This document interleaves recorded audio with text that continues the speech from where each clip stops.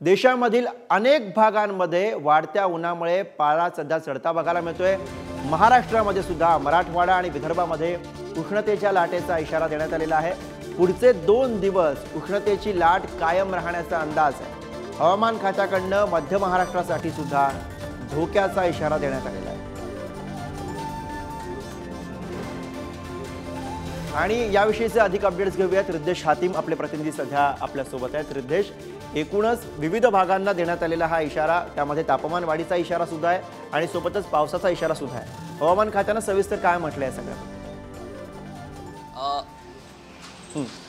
नक्कीच गुरु, आपण पाहिलं तर एकीकडे राज्यातील राजकारणाचा जो तापमान आहे तो वाढत असताना अशीच काही परिस्थिती सध्या राज्याच्या हवामानाची देखील हवामान खात्याकडून अंदाजा वर्तवण्यात आला आहे की राज्यातील अनेक भागांमध्ये पुढील 2 ते 3 दिवस हा पावसाळा होऊ शकतो। आणि ह्याचं कारण म्हणजे जे उत्तर भारतातून जे पश्चिमी चक्रवात आहे ते महाराष्ट्रामध्ये दाखल होणार आहे आणि त्यामुळे महाराष्ट्रामध्ये जी उष्णता सध्या तरी सुरू आहे मागच्या 2 ते 3 दिवसापासून ही उष्णतेची वाढ आणि हे जे पश्चिम भारतातून जे कोल्ड वेव्ह येणार ह्यांच्या ते टक्कर होणार असल्यामुळे त्यामुळे पावसाळ्याचा अंदाजा हा वर्तवण्यात आला आहे। आणि त्यामुळे मध्य महाराष्ट्र असेल, विदर्भ असेल व मराठवाडा असेल या तिन्ही भागांमध्ये पुढील 7, 8 आणि 9 या तिन्ही तारखेला आपल्याला पावसाळा हा पाहायला मिळेल। त्याचबरोबर पाहिलं मागील अनेक दिवसापासून जे हवामान आहे ते देखील 40 ते 42 डिग्री सेल्सिअस इथपर्यंत पोहोचलं आहे। आणि त्यामुळे या बदलत्या वातावरणामुळे सर्व नागरिकांना आवाहन करण्यात आलं आहे की तुम्ही तुमच्या जे तब्येतीची काळजी घ्या, कारण या बदलत्या